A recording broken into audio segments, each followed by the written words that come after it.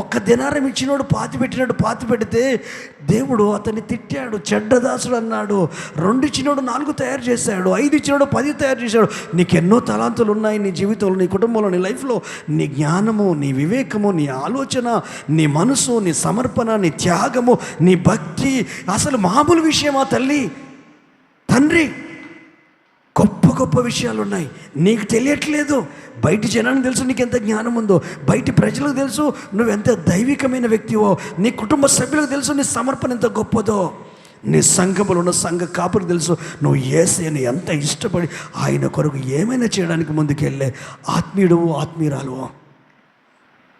ఆ దైవిక జ్ఞానంతో దేవుడు నింపాడు. నువ్వు ఓడిపోయిన స్థలంలో నీ గెలుపునివ్వాలనుకుంటున్నాడు. ఏ విషయాలు నేను బలహీనపరిచి లోపరుచుకొని బానిసగా మార్చాయో వాటినే నువ్వు జయించి ఆ బలహీనతలను నువ్వు బానిసగా మార్చుకోవడానికి దేవుడు అవకాశం ఇవ్వబోతున్నాడు. అడుగుతావా ప్రభును? అయ్యా నాకు గెలవాలనుందయ్యా, నాకు గెలవాలనుందయ్యా. అంత్య దినాలయ్యా, చివరి దినాలయ్యా, లాస్ట్ డేస్ అయ్యా, ఈ అంత్య దినాలలో ఆ మహిమ నాకు కావాలి.